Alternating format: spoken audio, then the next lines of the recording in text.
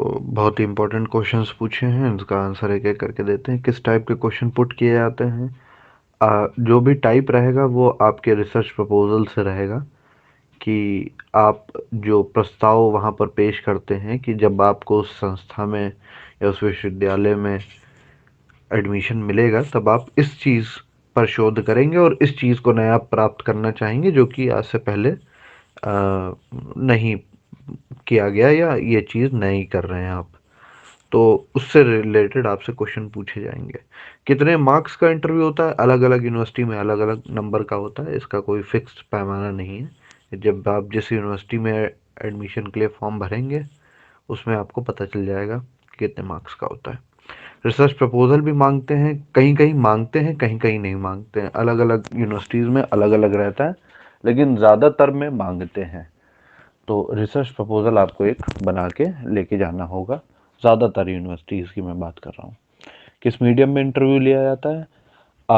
ये भी डिपेंड करता है कि अगर आप जैसे साउथ में एडमिशन लेते हैं तो वहाँ प्रॉपर इंग्लिश चलेगी, और इधर नॉर्थ में अगर किसी यूनिवर्सिटी में जाते हैं तो हिंदी में भी काम चल जाएगा, कोई दिक्कत नहीं है। कौन कौन से डॉक्यूमेंट देखते हैं? जितने आ, उस इंटरव्यू में बैठने से पहले आपने जितने भी एग्ज़ाम क्वालिफाई किए हैं, जैसे बीए हो गया, एमए हो गया, नेट जेआरएफ हो गया, और उस एग्ज़ाम को जिस एग्ज़ाम को क्वालिफाई करके आप उस इंटरव्यू तक पहुँचे हैं पीएचडी के, 10th-12th का, ये सारी चीज़ें वेरिफिकेशन पहले से करवा लिया जाएगा। लोकल कैंडिडेट्स को प्रेफरेंस देते हैं क्या? हाँ, मोस्ट केसेस में ऐसा होता है कि प्रोफेसर्स ने ऐसा ही बताया है कि उनके जो जो स्टूडेंट्स हैं वो उन्हें प्रेफरेंस देते हैं, पर ऐसा कोई थंब रूल नहीं है कि उन्हीं को लेंगे और बाकी किसी को नहीं लेंगे। अगर नंबर अच्छे आते हैं एंट्रेंस में जो पीएचडी का होता है और इंटरव्यू अच्छा जाता है तो वहाँ पर वो फेयर सिलेक्शन भी हो जाता है, उसमें कोई दिक्कत नहीं है। सिफारिश चलती है या नहीं? आ, ये काफ़ी डिबेटेबल है, क्योंकि बहुत सारी जगहों पे एंट्रेंस नहीं है, वहाँ पे सिर्फ आपका नेट जेआरएफ के बेस पे ही कॉल आ जाती है। तो मे भी थोड़ा बहुत चलता होगा, लेकिन आप इस बारे में पूरी तरीके से ये नहीं कहा सकता कि सिफारिश ही चलती है बाकी कुछ नहीं चलता है। तो बहुत जगहों पे फेयर सिलेक्शन भी होता है, ऐसी कोई दिक्कत नहीं है। रिसर्च के किस टॉपिक से क्वेश्चन ज़्यादा पूछे आते हैं? रिसर्च के आ, अब ये देखना है कि आप क्वालिटेटिव रिसर्च कर रहे हैं या क्वांटिटेटिव रिसर्च कर रहे हैं। तो जो भी आप पोर्शन सेलेक्ट करते हैं उसी से आपसे ज़्यादा क्वेश्चन पूछे जाएंगे।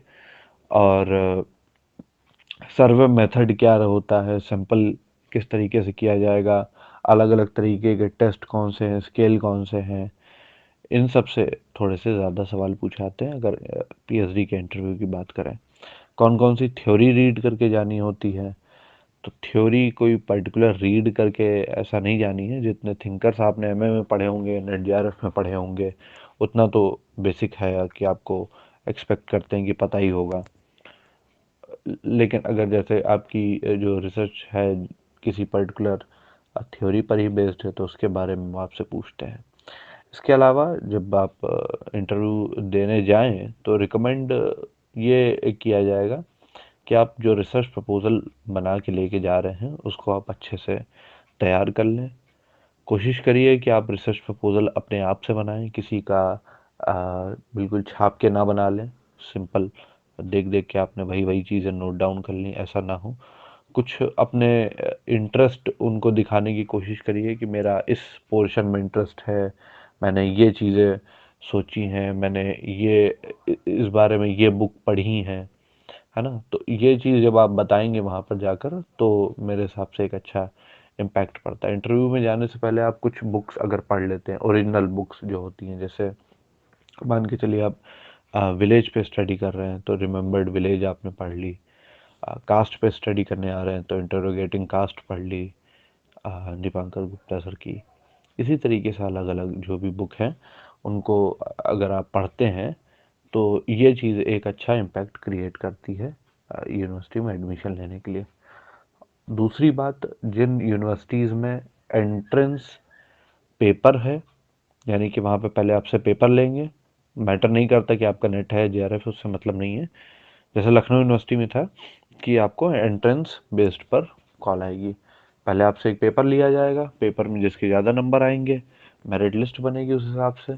उसके बाद इंटरव्यू होगा, इंटरव्यू के बाद इंटरव्यू के और आपके पेपर के दोनों के मार्क्स जोड़ के आपको एक रिजल्ट बनाया जाएगा और उसके हिसाब से जिसके नंबर ज़्यादा आएंगे उस टोटल में, उसको प्रायोरिटी पे पीएचडी में एडमिशन मिल जाएगा।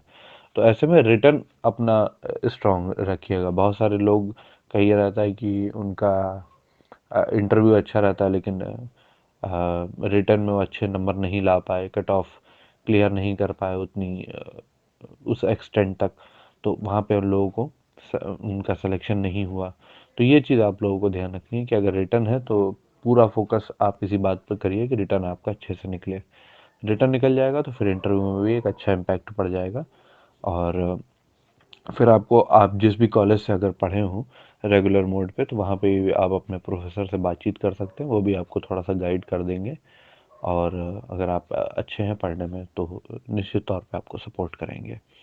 इतनी सी चीज़ें थी, और भी बहुत सारी चीज़ें हो सकती हैं, लेकिन बेसिक बेसिक चीज़ें हैं जो बता दी गई हैं। लोग रिसर्च प्रपोज़ल कैसे बनाते हैं इसके बारे में पूछते हैं, तो इसके बारे में बहुत डिटेल अन्य कोई चर्चा हो सकती है, क्योंकि रिसर्च प्रपोज़ल कोई एक तरीके से नहीं बनता है। और फिर आदमी के पास अगर अपने मौलिक विचार ना हो तो फिर वो बस छापने पर ही लगा रहता है। रिसर्च प्रपोजल में सिंपल आप अगर नए हैं तो सिंपल आपको अपनी चीज़ जो भी आप करने जा रहे हैं उसके बारे में इंट्रोडक्शन देना है, किन किन लोगों ने उस पर काम किया है उसके साथ आपको मिला जुला के उसका इंट्रोडक्शन देना है, फिर ऑब्जेक्टिव्स देने हैं और किस मेथोडोलॉजी का आप प्रयोग करेंगे इन चीज़ों के बारे में देना है। और उस रिसर्च प्रपोजल को बनाते समय आपने किन किन स्रोतों का इस्तेमाल किया, मतलब जैसे किस बुक से कौन सी लाइन ली है उसका एक अंत में एक रेफरेंस डालना है। तो ये सिंपल सा एक एक आउटले है उस रिसर्च प्रपोजल का जो बनाया जाता है। बाकी बहुत सारी 10 चीज़ें और डाली जा सकती है, लेकिन ये मेन चीज़ें हैं जो प्रोफेसर्स देखते हैं आपके इंटरव्यू के समय। आशा करता हूँ कि सारी चीज़ें आपको हेल्प करी होंगी। धन्यवाद।